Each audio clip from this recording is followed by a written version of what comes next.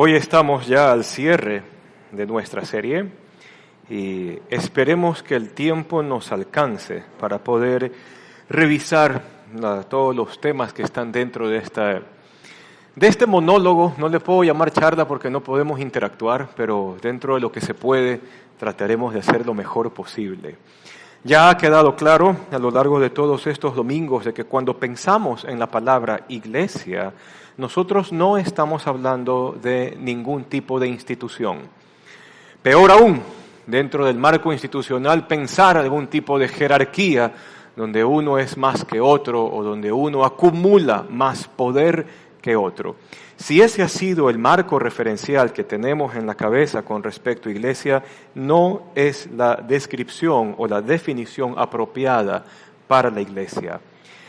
Si bien hemos estado conversando sobre cómo entender iglesia y no es institución, vamos a hacer luego un pequeño ajuste sobre cómo extender estos términos de comunidad hacia una familia. La iglesia tampoco es un edificio. La iglesia no es una catedral, no es una capilla. La iglesia no es un templo. La iglesia no es esto, ¿ya? Esto no es iglesia. Esto es el edificio de la iglesia, ¿ya? Y quizás a veces nos cuesta trabajo inclusive readaptarnos a esos conceptos, porque inmediatamente decimos, no, es que yo voy a la iglesia el domingo en la mañana. Error, usted va al edificio de la iglesia el domingo en la mañana. ¿Ya? Así que váyase de a poquito adaptando a estas definiciones que son claras y son objetivas. La iglesia no es un edificio. Este edificio no tiene nada de sagrado, sacrosanto, diferente. Esto es un escenario y esto es un auditorio. Se acabó. Y este es el edificio que tiene la iglesia, ¿no? Para hacer actividades varias que nos ayudan. No es una institución, no es un edificio. Se ha revisado el tema de eclesía como el término griego de donde viene nuestra palabra iglesia. En sí, en castellano, nosotros tenemos una transliteración del término eclesía. Mire que suena parecido, ¿verdad? Eclesía, iglesia.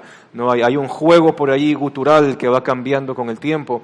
Y donde, en términos rápidos, se ha traducido esto como asamblea o comunidad, ¿no?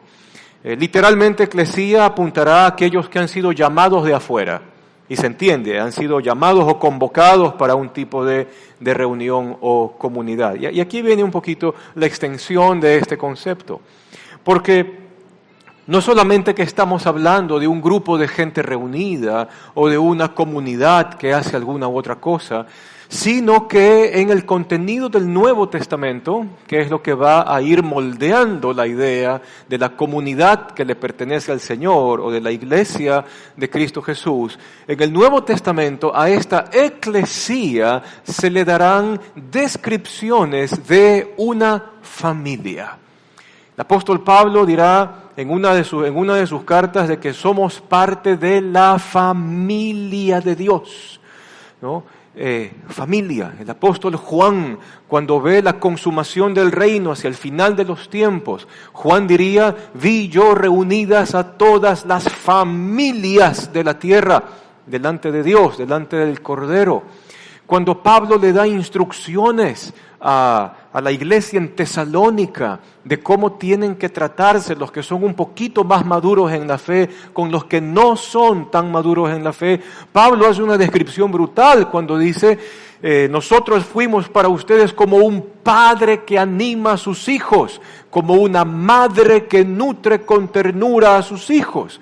Entonces siempre la descripción de esta comunidad o de esta asamblea o de este grupo de gente que tienen algo en común es que esta comunidad se trata, se sirve, se conduce como se conduce una familia.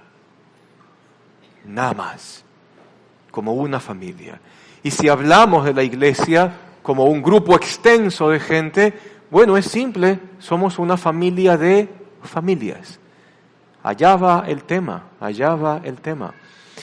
Muy bien, y lo interesante es que si yo vuelvo mis ojos al Nuevo Testamento, nos vamos a dar cuenta de que esta iglesia, esta gran familia de familias, esta comunidad, es un grupo que tenía un una función catalizadora para transformar a la persona de forma individual, la cultura donde está la iglesia moviéndose e inclusive la capacidad de poder cambiar el mundo. El apóstol Pablo, en una de sus cartas, allá en la carta a los Efesios, él dice por un lado de que él conoce este misterio, el misterio de la iglesia, el misterio que ha sido escondido durante mucho tiempo, pero que ahora ha sido revelado. El ahora se entiende, ahora que Cristo ha venido, ha muerto, ha resucitado. Y que este misterio Pablo lo conoce.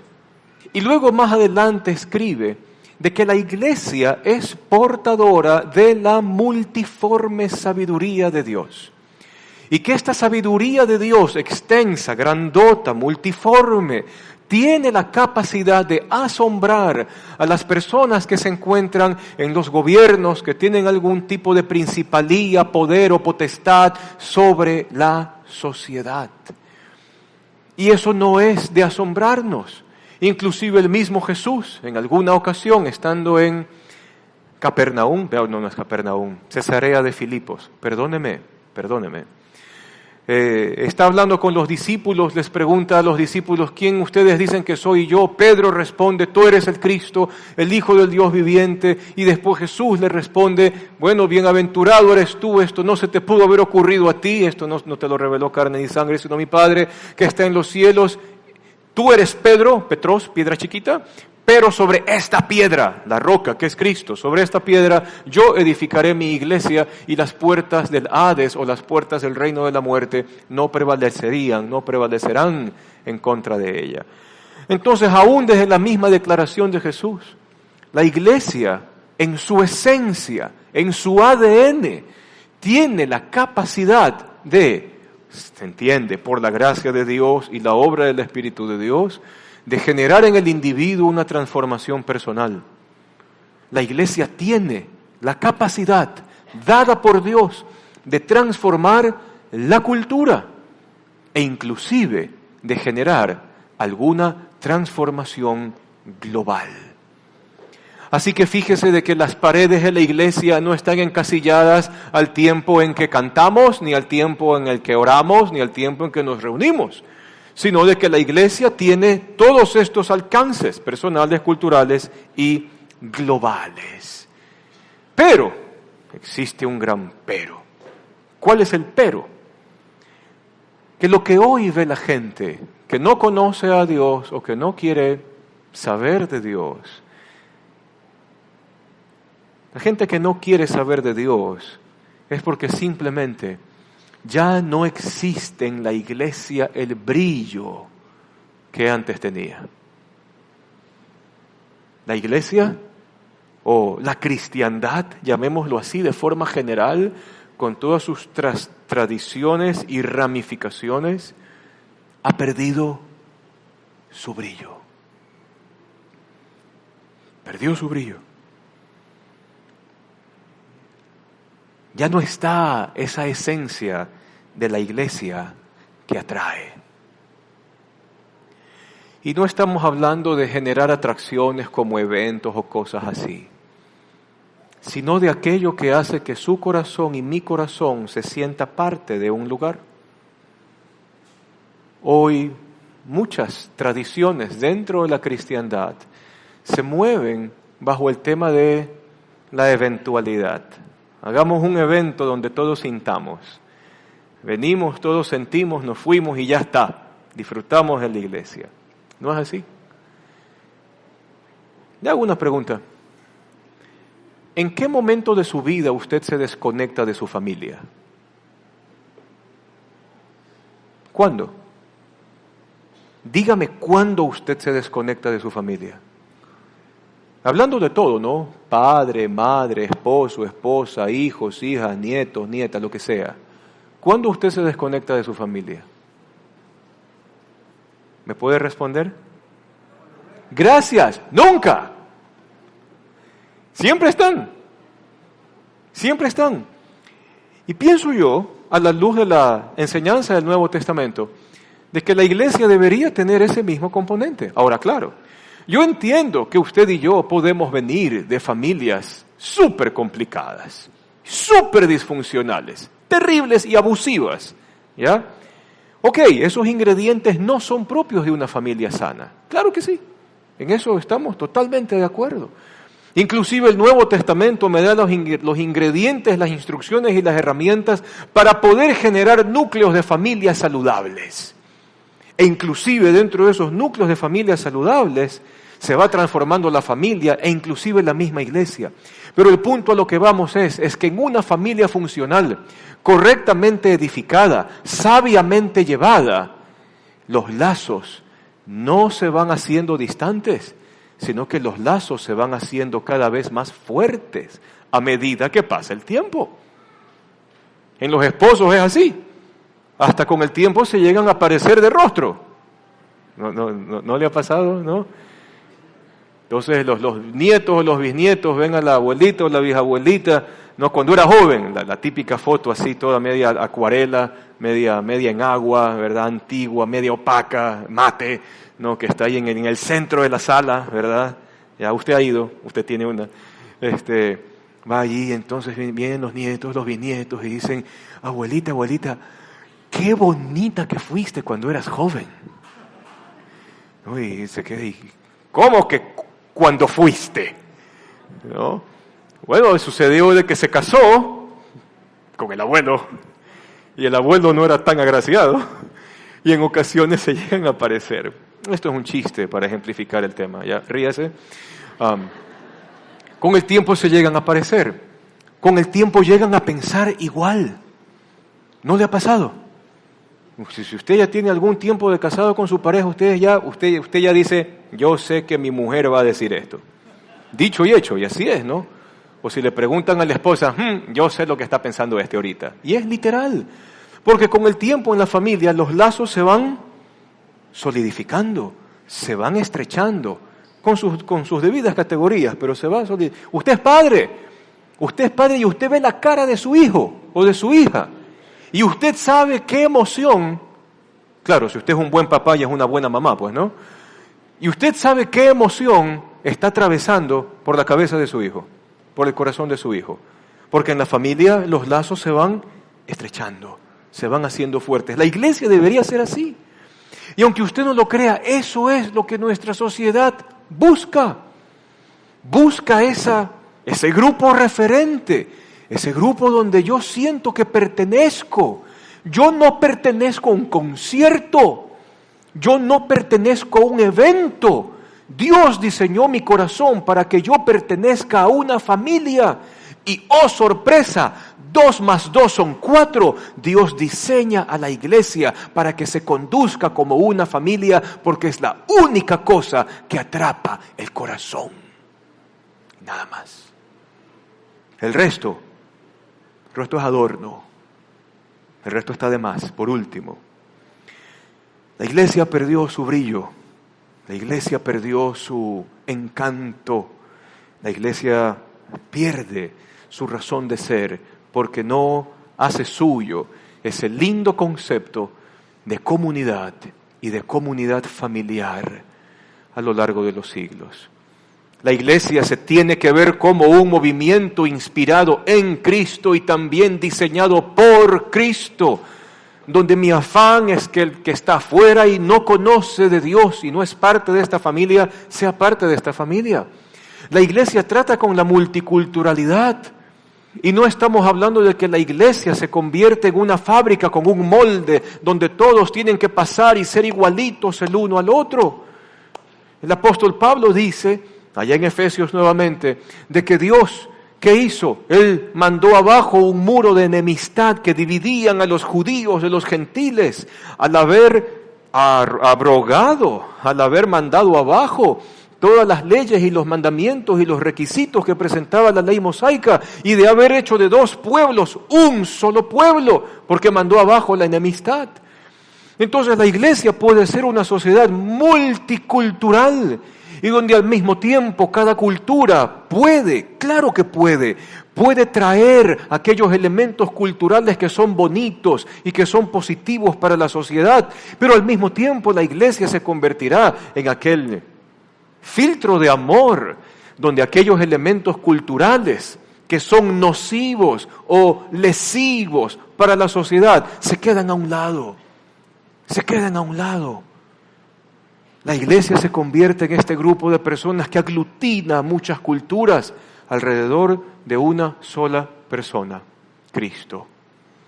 Cristo que ha muerto en cumplimiento de lo que las Escrituras dicen, y Cristo que ha resucitado como aquel que es vindicado de parte de Dios, de que era inocente, puro y santo, pero que por su resurrección a nosotros nos ha entregado la seguridad de vida eterna, perdón de pecados y una seguridad de vida con Él. Y al mismo tiempo la iglesia tendrá este carácter multiplicador. La iglesia no se detiene, la iglesia se multiplica. Tiene que abarcar cada vez más gente, más sociedad, más territorio. Pero entiéndase, no estamos hablando de una denominación, no estamos hablando de una tradición religiosa, no estamos hablando de una institución religiosa que en muchas ocasiones ha servido para valerse de la gente. No estamos hablando de ningún tipo de jerarquía, estamos hablando de la iglesia como una comunidad de familias donde la gente se ama, se cuida y con amor incondicional se quiere y se abraza. ¿Vamos bien hasta allí? Eso es lo que se tiene que multiplicar, eso es lo que se tiene que aglutinar y es hacia afuera donde tenemos que estar. Por lo tanto, nosotros haríamos bien, y es lo que hemos estado tratando de hacer desde por lo menos el año 2014. Sí, pues no, hace tiempo, poquito fue la Kermés. ¿Cuántos años celebramos? De 20 de existencia y 10 años de qué? Y 10 años de estar contra la corriente, tratando de implementar el siglo I a nuestra realidad actual. Y esto es algo inevitable. Porque yo tengo que revisar el siglo I de cómo los apóstoles y los discípulos de los apóstoles entendieron el concepto de iglesia y lograron trastornar su sociedad, la sociedad greco-romana. Cómo lograron transformar y trastornar la sociedad greco-romana siguiendo las instrucciones de Jesús. Entonces usted me dice a mí, hermano Tito, es que nosotros tenemos que volver al evangelio reformado, a la reforma. ¿Sabe qué? Yo le voy a decir, no gracias. Si usted se pone más exquisito y usted me dice, no hermano Tito, es que nosotros tenemos que regresar cuando la iglesia era una sola, ya por el año 1100 después de Cristo. Le voy a decir, no gracias. No, es que nosotros tenemos que volver a la iglesia cuando fue institucionalizada y tuvo potestad y autoridad en el año 327 después de Cristo. No gracias. Tenemos que volver al siglo I. Allá hay que regresar. A cuando Jesús afirma, asienta, funda, inicia la iglesia con su muerte, resurrección y el envío del Espíritu, y cómo los apóstoles y los discípulos de los apóstoles llevaron a cabo el movimiento. Porque todos estos 1700 años, desde el año 327 hasta nuestra época más o menos, durante estos 1700 años, han sido 1700 años donde la iglesia ha perdido su brillo. Y volver al primer siglo creo que es lo más coherente, por lo menos de forma racional, que deberíamos hacer. ¿Cómo comienza el movimiento? Hemos hablado algunas veces de eso. En la escuela de Antioquía eso se mete hasta por los poros, hay que estudiarlo bastante. Pero un pasaje chévere es el pasaje de Hechos 2, donde usted ve que después de que Pedro se lanza un discurso súper increíble acerca del Evangelio de Jesús, la predicación querigmática, ¿no? Estos temas fundamentales de que Cristo ha cumplido las Escrituras, se hizo carne, estuvo entre nosotros, hizo el bien, sanó enfermos, murió y resucitó conforme a las Escrituras, Dios le ha hecho Señor y juez de vivos y de muertos y viene por segunda vez. Bueno, todo ese mensaje es explicado por Pedro de una forma espectacular, y después de eso dice Hechos 2:41, así pues los que recibieron su mensaje, ¿qué pasó? Por las mismas. ¿Crees en el Señor? Al agua. No es que tenemos que ver si tú de verdad has dado pasos, así tenemos que ver si es que tu vida acá. No. ¿Tú crees en el Señor? Al agua.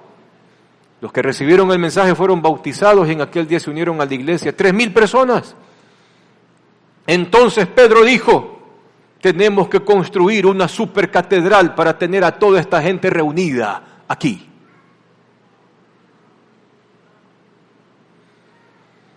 Los 3,000, dice el texto, se mantenían firmes en la enseñanza de los apóstoles, en la comunión, en el partimiento del pan y en la oración. Todos estaban asombrados por los muchos prodigios y señales que realizaban los apóstoles. Más adelante, todos los creyentes estaban juntos y tenían todo en común. Vendían sus propiedades y posesiones, compartían sus bienes entre sí según la necesidad de cada uno. Ahora espérese un ratito. ¿No se ha dado cuenta? Digo yo. ¿En qué otra instancia de la sociedad usted encuentra estos elementos bonitos? Tener todas las cosas en común, comer juntos, orar juntos, aprender juntos. Y si alguien tiene necesidad, dentro de ese círculo se suple la necesidad. ¿Dónde usted ve eso? ¿Se da cuenta? ¿Se da cuenta? ¿Con quién usted come todos los días? ¿Con su familia? Y si en su familia viene el hijo y dice, papá, me siento enfermo, usted no va a venir a decir, a ver, mijito, vamos orando ahorita en el nombre de Jesús para que tú te sanes. Muy bien, oran por la criatura en el nombre de Jesús y la fiebre sube a 39. Mijito, ya oré por ti. Debes de tener fe. Hasta allí nomás llegamos. Nos vemos, mijito, váyase a su cuarto. ¿Usted haría eso? No, ¿usted qué hace? Lo bajito que usted hace es darle umbral, ¿o no? ¿De ahí qué hace? Lo siguiente que hace es llamar al pediatra. ¿Y después de eso usted qué hace? Usted lo lleva al pediatra. ¿Y después de eso usted qué hace? Va y compra las medicinas, ¿verdad? ¿Y después de eso usted qué hace? ¿Qué hace? Mijito, ahí están las medicinas, verá usted. No, usted está allí. Usted hace horario, lo pega en la refri.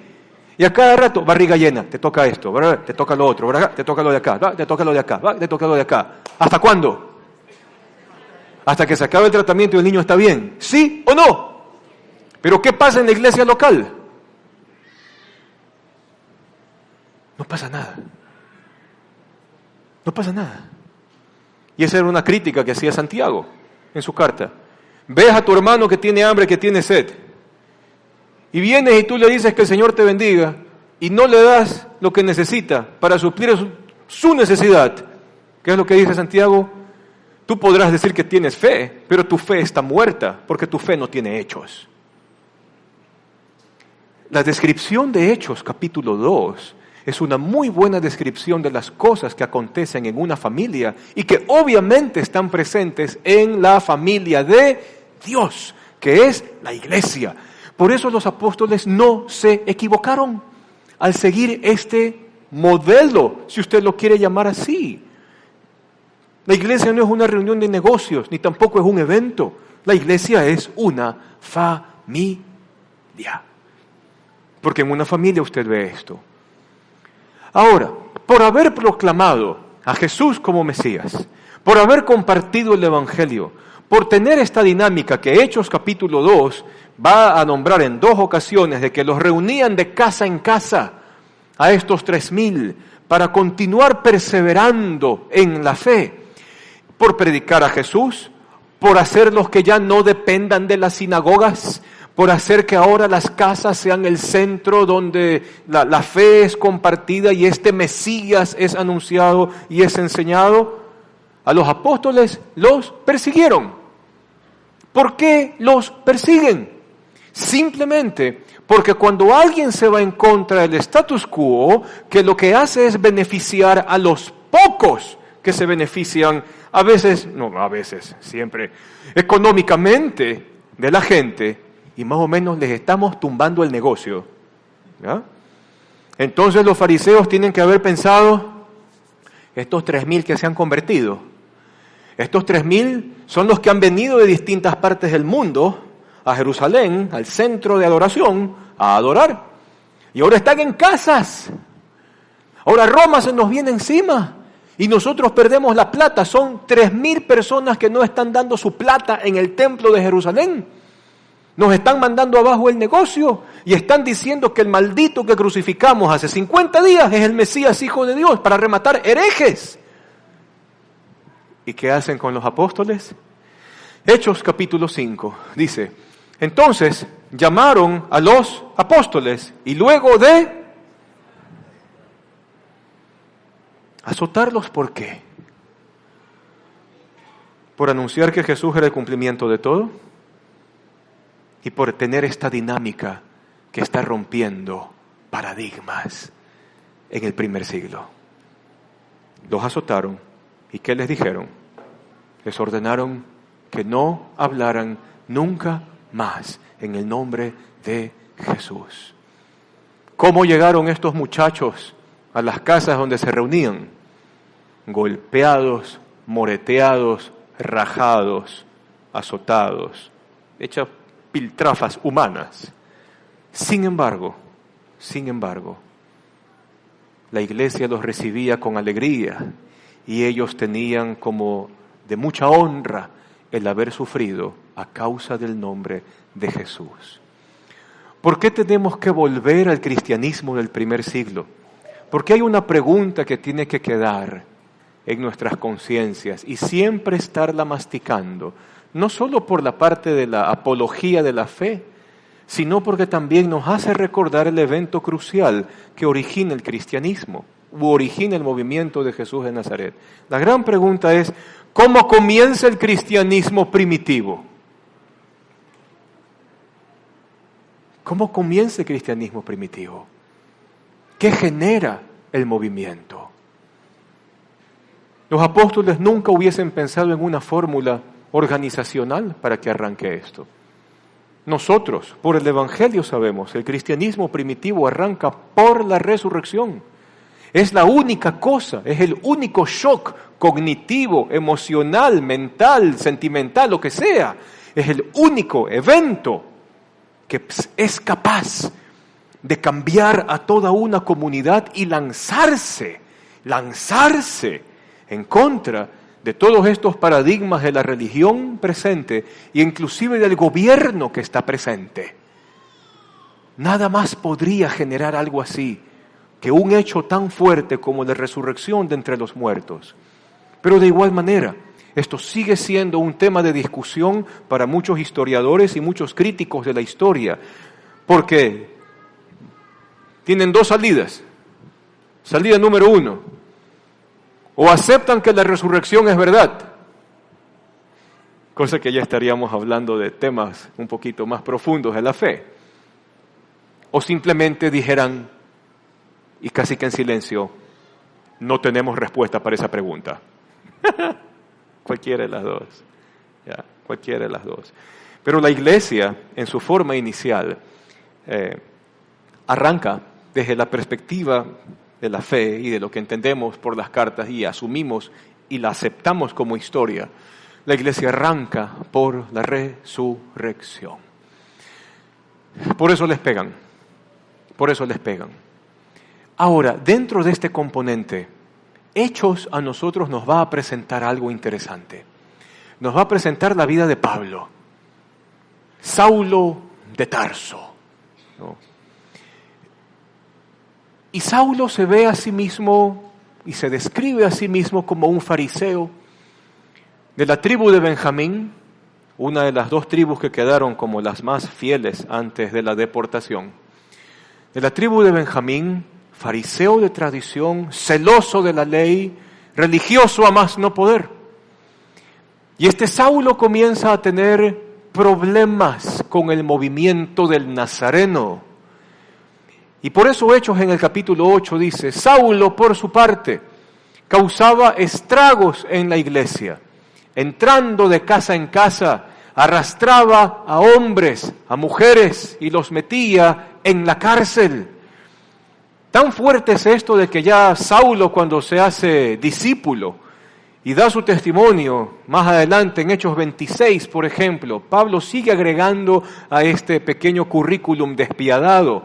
Esto es precisamente lo que hice en Jerusalén, dice Pablo. Saulo, con la autoridad de los jefes de los sacerdotes, metía en la cárcel a muchos de los santos, y cuando los mataban, entonces la gran pregunta ahí es, ¿y no que solo es Esteban? No, Esteban fue puesto en el relato porque fue el primer mártir. Pero ¿qué dice Pablo? ¿Cuántos fueron?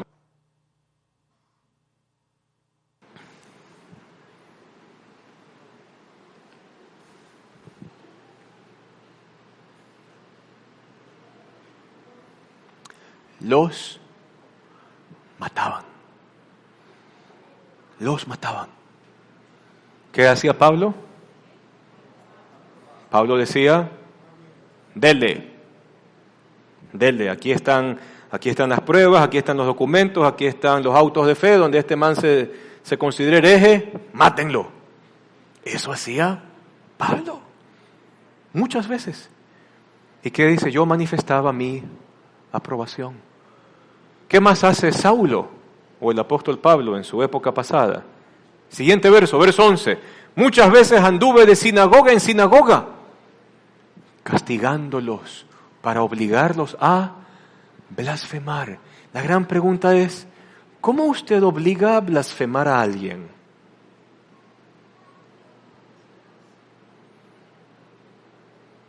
Usted ha visto películas. Usted ha visto, por lo menos vio un libro donde se hablaba de las épocas de las Inquisiciones, que es lo más cerca que tenemos. ¿Cómo se obliga a alguien a blasfemar? ¡Tortura! Así de sencillo. Tortura. Castigándolos por obligarlos a blasfemar. Mi obsesión contra ellos, fuerte el término, ¿eh? Mi obsesión contra ellos me llevaba al extremo de perseguirlos incluso en ciudades del extranjero. Y aquí nosotros tenemos que hacer una gran digresión en medio de este pasaje. ¿Por qué? Porque algo que tenemos que pensar sobre cuáles son los peligros que pueden acechar a la iglesia, a la familia de Dios, a la comunidad en Cristo. Tenemos que tratar de pensar a la luz del Nuevo Testamento cuáles son esos peligros. Entonces hoy podemos tener un sinnúmero de respuestas. Respuestas como, no, es que el principal peligro de la iglesia es la filosofía de libertinaje que está en el mundo en este momento. ¿Sabe qué? La iglesia del primer siglo se enfrentó a la cultura y a la filosofía greco-romana y la aplastó. Así que pensar de que las filosofías que tenemos en el siglo XXI son el gran peligro al cual se enfrenta la iglesia, no es tan cierto. No, es que el gran peligro de la iglesia son los capitalismos depredadores y los socialismos estatistas que están en expansión. La iglesia del primer siglo dijera, ¿saben qué? Nosotros nos enfrentamos a un imperio que hasta ese momento llevaba 500 años de vida y con una estructura de gobierno dura y fuerte, y le ganamos. Así que pensar de que enemigo de la iglesia es el movimiento político que está alrededor, no es tan fuerte el argumento. Podríamos decir, no, es que enemigos de la iglesia es la nueva era de información y que por aquí, que por allá, y todo está a disposición y la gente tiene su mente por aquí, por acá fraccionada, deconstruida. La iglesia del primer siglo dijera, ¿saben qué? Nosotros logramos transformar los pensamientos de las personas en nuestras casitas. Y una vez que ganábamos eso, la familia era ganada. Un hogar a la vez, una familia a la vez. Y así lo hicimos. Y vencimos. Pero hay un problema del cual tanto Jesús como Pablo y Pedro van a tocar desde distintas aristas. Primero, Jesús había dicho allá en el Evangelio de Juan, eso solo lo recoge Juan por si acaso. Jesús está orando y Juan está escuchando. Claro que cuando Juan escribe su evangelio nos va a poner allí lo que pasó en esa oración. Y una de las cosas con las que Jesús sale mientras ora es que Jesús dice, ¿sabes qué, Padre? No solo oro por ellos, los 12 que están con él, sino por los que han de creer después. Ahí nosotros estamos metidos en esa ensalada, ¿ya? Y oro por ellos para que ellos puedan ser uno. Así como tú y yo, oh Padre que estás en los cielos, tú y yo somos uno, que ellos puedan ser uno y que sean uno en nosotros para que el mundo crea que tú me enviaste. Entonces la iglesia, la verdad, ¿sabe? No debemos de temer peligros de afuera, porque eso es fácil de enfrentar o resolver. Pero sí hay un tema que podría ser un peligro desde adentro, como dijera Pablo en 2 Corintios. Peligros desde afuera, temores desde adentro, dice Pablo en 2 Corintios. ¿Y cuál es este? La desunión. La desunión. Y es sencillo. Mire su familia. Mire su familia. ¿Qué pasa en su familia? Si la desunión entra en la relación padres o hijos, cuando ya no hay comunicación, cuando ya no se habla, cuando ya no se conversa, ¿qué pasa con esa familia? En el corto plazo, ni siquiera en el mediano plazo, en el corto plazo, ¿qué pasa con esa familia? Se desintegra. ¿Qué pasa si la desunión comienza a tocar a los matrimonios? ¿Qué pasa con eso? Se acabó. Y no estamos hablando de quizás cosas extremas como infidelidad, fornicación, adulterio, sino que simplemente el esposo y la esposa, en la hora de comer, la esposa está revisando el Expreso en el celular y el esposo está revisando el Universo en el celular. La desunión. ¿Eso es un peligro de afuera? No necesariamente. Eso es un peligro que viene desde adentro. Entonces Jesús dice, tienen que ser uno solo. Tienen que ser uno. Tienen que mantener la unidad. Pablo va a repetir eso y va a decir hasta que todos lleguemos a la unidad de la fe, a conformarnos como un nuevo ser humano, un nuevo hombre hecho a la semejanza de Cristo. Y se vuelve a repetir el término, unidad de la fe. La unidad. El mayor peligro para la iglesia es la desunión. Y aquí viene un punto interesante.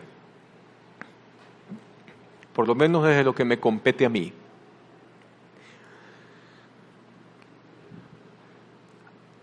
Uno de los peligros de la desunión dentro de la iglesia se ha llevado a cabo por no tener en la cabeza de forma clara cuál era la forma que los apóstoles tenían para interpretar las Escrituras. Para los apóstoles, el sistema de interpretación era simple, no vamos a hablar de tecnicismos ahorita, pero la forma de interpretación era simple. ¿Y cuál era? Todas las Escrituras se cumplen en una sola persona, en Jesús de Nazaret. Se acabó. Se acabó. Los otros movimientos comenzaban, no, es que mira, es que este es el símbolo, esta es la cosa, esto es así, que apunta a otra cosa. Los apóstoles decían, no, lo siento, eso tiene que aterrizar en Cristo Jesús. Si no aterriza en Cristo Jesús, esa interpretación es fallida, no es sana, no hace bien. Y aunque usted no lo crea, usted y yo, así como tenemos que ver hacia el primer siglo para ver cómo hacía la iglesia, pues dentro de ese hacer también tenemos que ir al primer siglo para aprender cómo interpretaba la iglesia. Hoy, dentro del protestantismo, tenemos más de 30.000 denominaciones, porque no tienen la más mínima idea de cómo acercarse al texto de la Escritura. Y cada quien sale con una nueva novedad. Y no se asombre, donde la plata está de por medio y usted es desbolsicado públicamente. Dentro del protestantismo. Imagínense en otras tradiciones cristianas. Complicado eso. El peor enemigo de la iglesia es la desunión. Y tenemos que comenzar a resolver ese tema ahorita. Ya. La iglesia pudo enfrentarse a todo. Torturas, castigos, persecuciones de las religiones organizadas, persecuciones del gobierno, persecuciones de estos dos cosas coludidas. La iglesia pudo enfrentarse a todo. Pero un enemigo silente y feo es la desunión. De allí que Jesús en su oración decía, ¿qué es lo importante? Que sean uno, así como la familia. Así como la familia. Había un refrán, no me acuerdo de qué era en la televisión, que decía, la familia unida es esperanza en la vida. Tiene razón. Tiene razón. Y Jesús lo dijo así, que sean uno. En medio de todo eso, muy bien, la iglesia soporta la persecución por parte de Saulo de Tarso. Y Saulo de Tarso tiene su encontrón con Jesús de Nazaret. Hechos 9. Entonces Saulo está en camino a Damasco.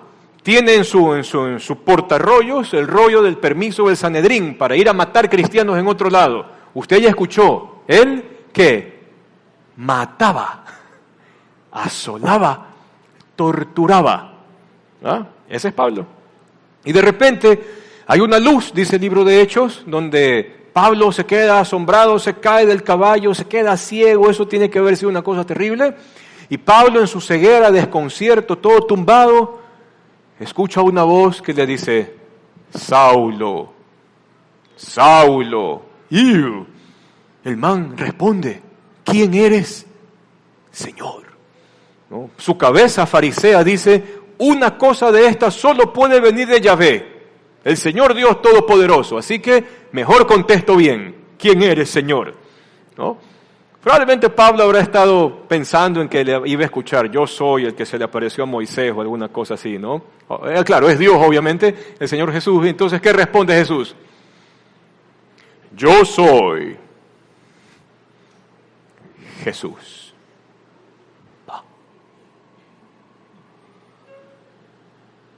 A quien tú persigues.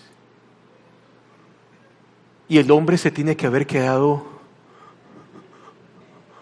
porque toda su cabecita farisea tiene que haber estado pensando, he estado en contra de Dios mismo, he estado matando a gente de Dios, he estado haciendo el daño al pueblo de Dios. ¿Qué es lo que Pablo de Tarso merece según el dictamen divino? Y si uno va a la ley de Moisés, ¿qué es lo que Pablo merece? Que lo maten a pedradas. Él sabe, él entiende. Por eso Pablo en sus cartas, cuando él dice, la paga del pecado es la muerte, el primero de los pecadores soy yo, porque yo perseguí a la familia de Dios, Pablo entiende de que él tenía que haber muerto a pedradas. Y si quiere verlo así, y ser Jesús resucitado, glorificado, Dios mismo, y ser el mismo Jesús el que tire la primera piedra para rematarlo. Yo soy Jesús, a quien tú persigues. ¡Bum! Sin embargo, el Señor le dice, levántate, entra en la ciudad y se te dirá allí lo que tienes que hacer. ¿Sabe qué hicieron con Pablo?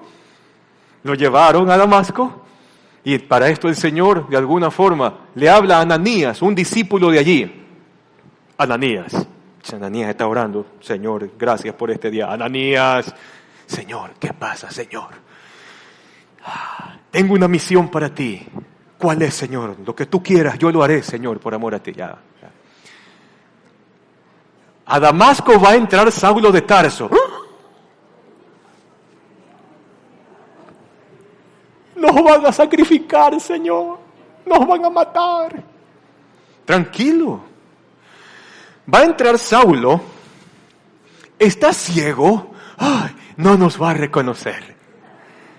Va a estar ciego, pero quiero que tú lo tengas en tu casa.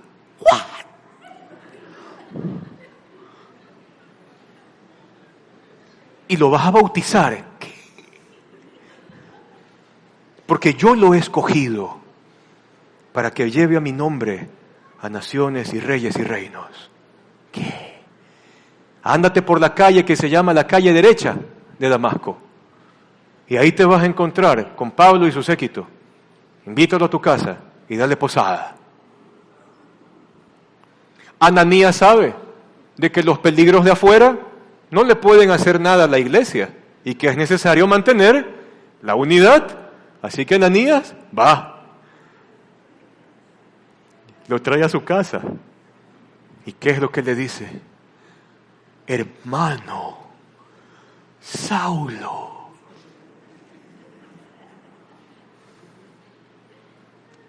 Ananías sabe lo que este hombre ha hecho.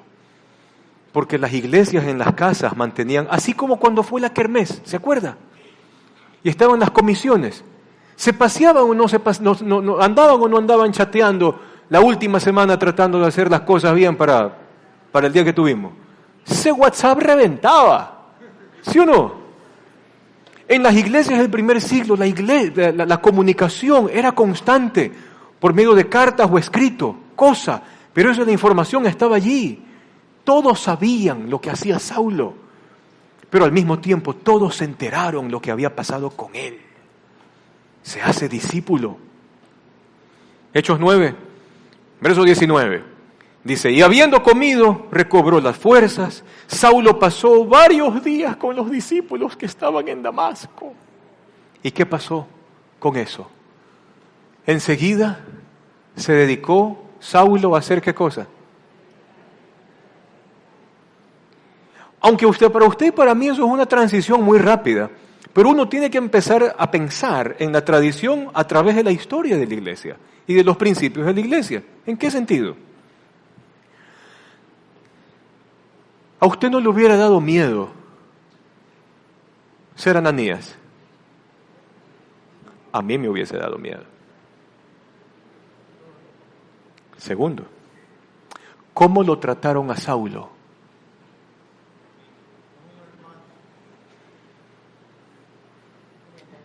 De casa en casa, Pablo sintió lo que era tener las cosas en común, el comer juntos, el orar juntos, el aprender juntos. Y si hubiese habido alguna necesidad, las necesidades eran cubiertas por la iglesia. Entonces Pablo no solamente recibe el abrazo, llamemos así, salvador de Jesús de Nazaret, donde él sabe que merecen que lo apedreen, y bien feo, pero recibe el abrazo de Jesús de Nazaret, donde probablemente el Señor quizás haya repetido las mismas palabras con él. No te condeno, pero ya no vuelvas a perseguir, ya. No solamente recibe el abrazo de Jesús desde esa perspectiva, sino que también recibe el abrazo de ¿quién?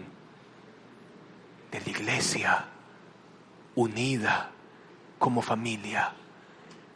Y oh sorpresa, en esa unidad hermosa de la fe, cuando Saulo pasa varios días con los discípulos que están en Damasco, viviendo eso todos los santos días con ellos, ¿qué hace Pablo al poco tiempo? Se dedicó a predicar en las sinagogas, y ahí viene el sorpresón, diciendo ¿qué cosa? Jesús es el Hijo de Dios. Entonces ahora sucede que este hombre que antes mataba, torturaba, perseguía, destruía casas, los arrastraba y los encarcelaban por decir esto, ahora él mismo está diciendo la misma cosa. Jesús es el Hijo de Dios. ¡Qué locura! Como Pablo era intenso, ¿se acuerdan cómo él decía ahí? Tanto me obsesioné con estos, ¿verdad? Entonces ahora la obsesión de Pablo se convirtió en perseverancia y en constancia. Y usted tiene un mapa en la siguiente claqueta. Un mapa donde usted ve la cantidad de millas que Pablo logra acumular a lo largo de 4 viajes misioneros. Y una sorpresa. Pablo no es que iba por las iglesias, me voy de viaje. No, Pablo tenía un negocio. ¿Cuál era el negocio de Pablo? Se hacen tiendas a todo gusto, en todo color y en todo material, pida su cotización. ¿Ya? Ese era el negocio de Saulo. Tenía su fábrica de tiendas. Él mismo se costeaba las cosas. Y Pablo con sus propios recursos, ¿qué hacía?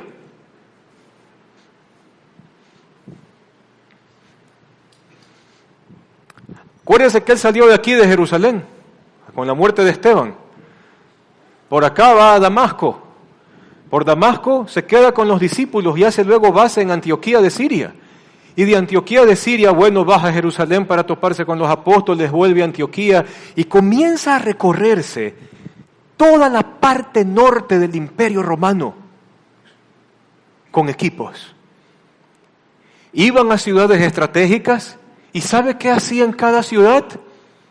Tenemos que comprar el terrenito. Y luego de comprar el terrenito tenemos que comprar todas las cositas que necesitamos para habilitar el lugar. No, ¿así hacía Pablo? No, así no hacía Pablo. ¿Qué hacía Pablo?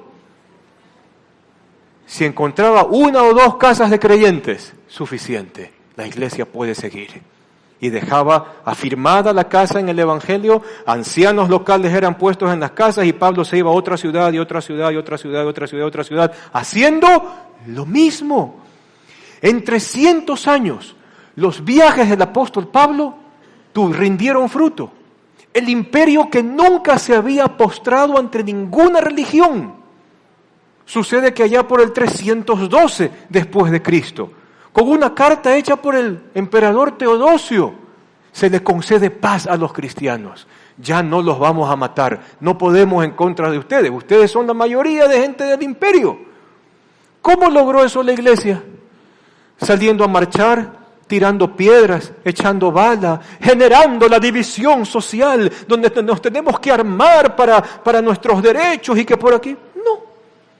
La iglesia puso cabeza abajo un imperio, reuniéndose en las casas, viviendo como familias, generando la unidad y cambiando la forma de pensar individual, cambiando los ojos hacia la cultura y generando un movimiento global donde cada casita era estratégica.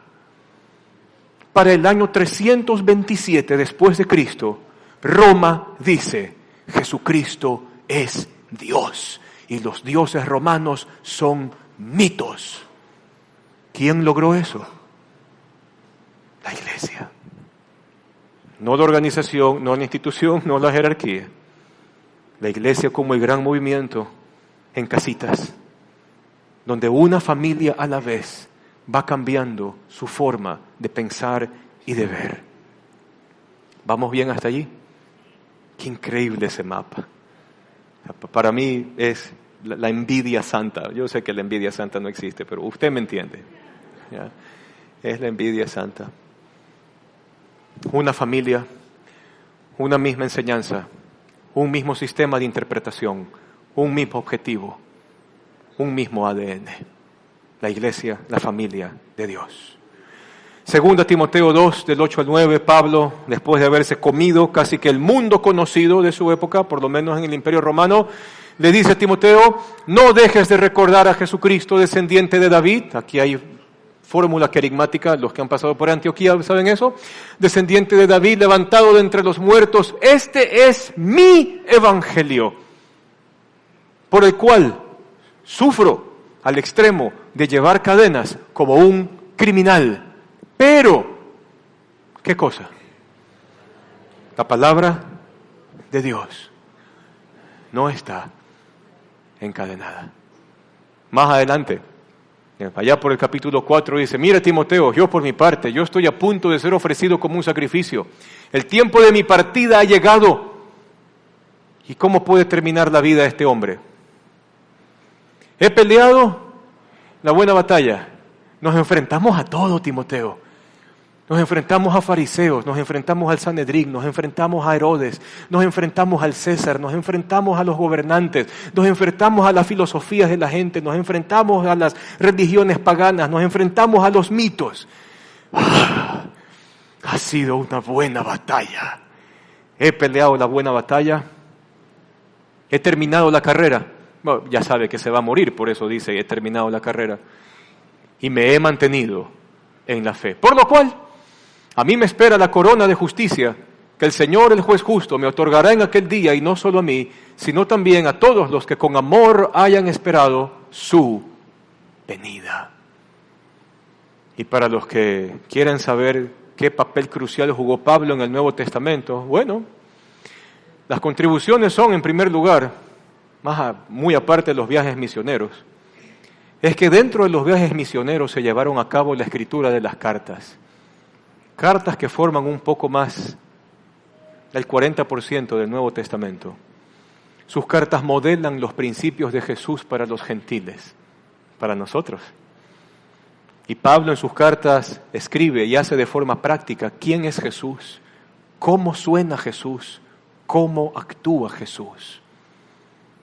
Pablo tuvo en mente todo lo que él merecía por haber hecho lo que hizo, pero él puede luego entender por la gracia textos bonitos como el de Romanos 5:8. Dice así: pero Dios muestra su amor por nosotros en que siendo nosotros pecadores, Cristo murió por nosotros.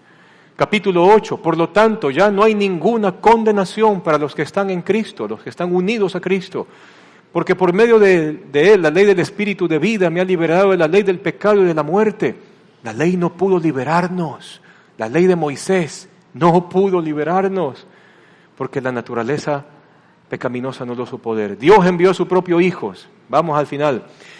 Dios envió a su propio Hijo en condición semejante a nuestra condición de pecadores para que se ofreciera en sacrificio por el pecado, y así condenó Dios al pecado en la naturaleza humana, a fin de que las justas demandas de la ley se cumplieran en nosotros. ¿Cuáles son las justas demandas de la ley? La muerte. Por eso Cristo murió. Que no vivimos según la naturaleza pecaminosa, sino que ahora, por la obra de Dios, vivimos, estamos de pie, podemos hacer las cosas. ¿Según quién? Según el Espíritu de Dios. Así acaba su vida Pablo. ¿Pablo perdió su vida? Sí. ¿Murió decapitado? Sí, porque era ciudadano romano. ¿Sufrió una cárcel fea? Por supuesto que sí. Pablo perdió su vida, pero al mismo tiempo ganó su vida. Y nunca perdió aquel brillo que asombra.